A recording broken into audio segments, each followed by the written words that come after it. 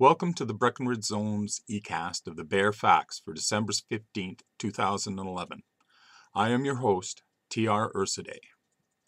Our goal is to peel away the spin, the doublespeak, the gobbledygook, to ask the obvious and not so obvious questions that have gone unasked, to turn a spotlight on the reality that politicians and voters seem determined to live in willful denial of.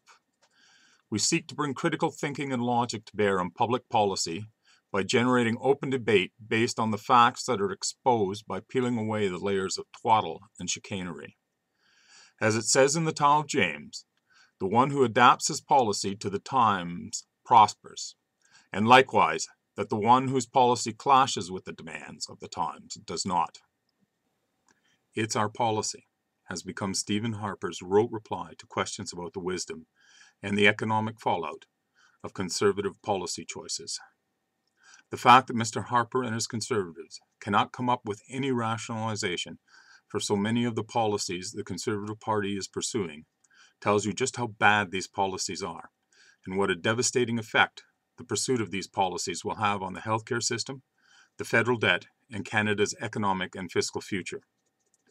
When Execute Them Quick Before Anything Prevents Their Execution, Texas has abandoned the policy of lock as many up for as long as you can, you know there are serious negative consequences that will result from the federal Conservatives' blind insistence on pursuing their crime bill, which will lock increasing numbers of Canadians up for using drugs for much longer periods of time.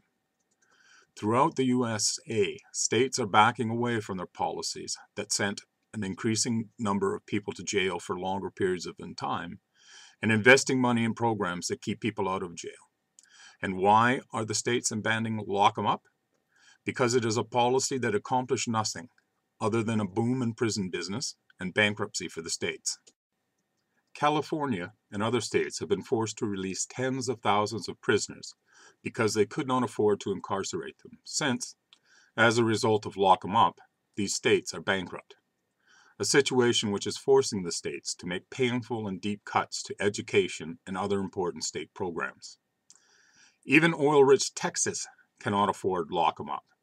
So why, with plentiful examples of the negative consequences pursuing lock 'em up will have on the health of Canada's finances, and the reductions it will impose on healthcare, education, and other important programs, are the Conservatives pursuing this course? It's their policy. And apparently, policy must be followed, even if it leads the Canadian government, Canada, and Canadians over a financial cliff.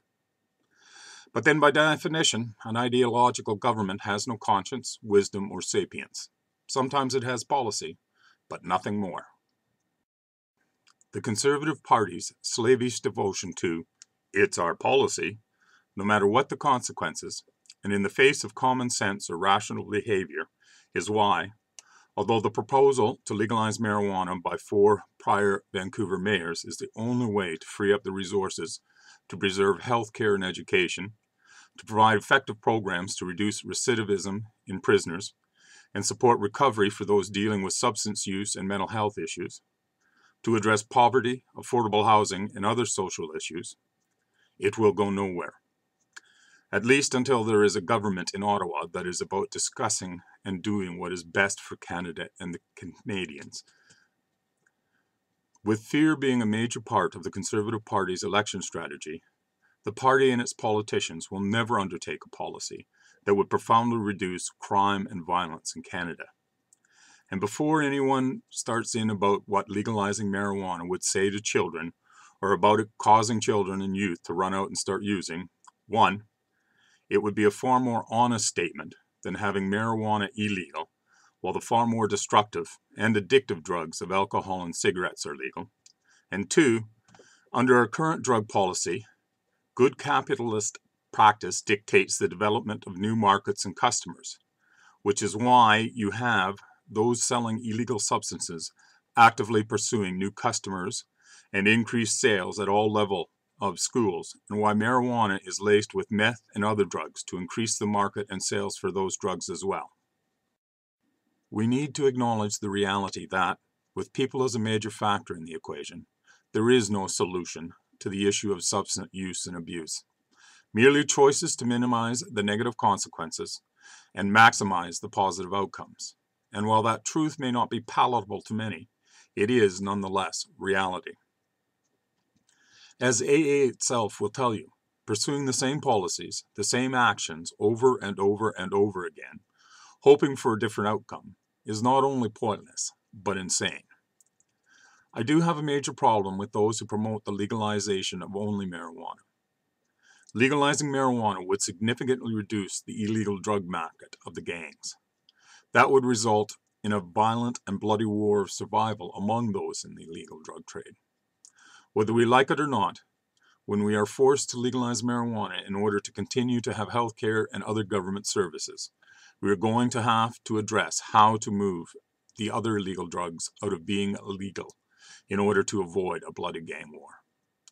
In light of the fact that this clashes with conservative policy, there is little doubt that the Conservatives will pursue their drug war policies, ignoring the years of evidence and experience that makes clear how pointless and ineffectual these policies are. Indeed, given the Conservative government's insistence on willfully denying modern medical knowledge about substance use and recovery, it is far more likely that the Conservative government would seek to solve the problem by pursuing a policy of drilling holes in the skulls of those who use illegal substances in order to let the evil spirits out. A final thought on Ottawa for this edition of the Bare Facts. A rational examination of the policies of Mr. Harper and his Conservative government does leave one wondering about just how much coffee they are drinking. I hear the loud chorus of what? The answer lies in the recent studies that have shown that drinking 5 cups of coffee a day can cause hallucinations. While on the subject of ignorance, what does it say about us that the MCC thrift store at MCC Plaza on South Fraser Way had to build a solid, as in heavy-duty solid, plywood box around the urinal in the men's washroom as a last-ditch way to prevent people using the non-functioning urinal. When the urinal first ceased to function, MCC sealed it with plastic and masking tape and placed a very visible sign stating the urinal was not working. Over time, the plastic and tape became heavier and heavier until finally the building of a substantial plywood box, very solidly attached to the wall around the urinal, proved the only way to prevent people, and we use the term people in this instance with trepidation and doubt, from ignoring the functioning toilet and tearing whatever was preventing their access to the urinal away. In a similar vein, the Salvation Army thrift store had to replace the paper towel dispenser in their washroom with an electric blow dryer for people's hands because some Chrétien had decided it was fun to go into the washroom every day and plug up the toilet with paper toweling. Then we have the matter of Jay Leno making fun of a professor for daring to bring up the issue of the lessons being taught by the song Rudolph the Red-Nosed Reindeer. Mr. Leno should have given a little thought to the matter before he decided to personally jaywalk on the issue. If anyone should appreciate how devastating it can be to be ridiculed and ostracized because of a prominent facial feature, one would think it would be Jay the Chin Leno. Given the fun Mr. Leno makes of others' failure to read the material and consider what it says when he does headlines, it is not unreasonable to expect Mr. Leno to meet his own standards and read the lyrics before pontificating and ridiculing the professor. Rudolph the Red-Nosed Reindeer had a very shiny nose, and if you ever saw him, you would even say it glows. All of the other reindeer used to laugh and call him names. They never let poor Rudolph join in any reindeer games. Rudolph had a shiny nose, and a result of this difference, he was made fun of, called names, and ostracized. Intolerance of difference or differences, bullying, teasing, shunning. While Mr. Leno apparently feels these are fine lessons to teach youth, I certainly do not.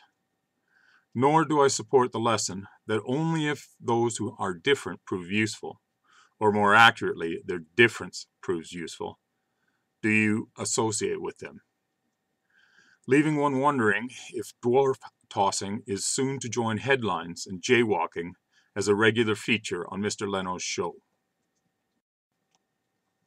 And finally on this "We Are Doomed by Dumbness" issue of the Bare Facts, we have this express checkout item limit sign.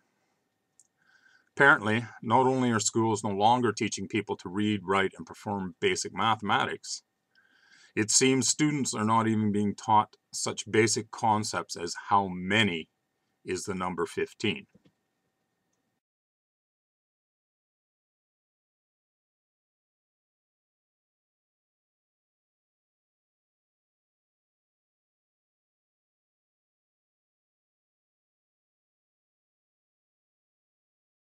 Given the level of Dumb and Dumber suggested by the checkout sign, I am not sure the sign is useful in explaining how many is the number 15, because at this level of dumbness, people are likely to be trying to figure out where their third hand is. I suggest the sign inform people that when they find it necessary to take more than one shoe and sock off in order to count their items, they shouldn't be in the express line. We are so doomed. That's the Bare Facts for Thursday, December 15th, 2011. Remember, your best defense against politicians, media, big business, and others seeking to bamboozle you and/or manipulate you is thinking. We want to take this opportunity to wish all felicitations of the season.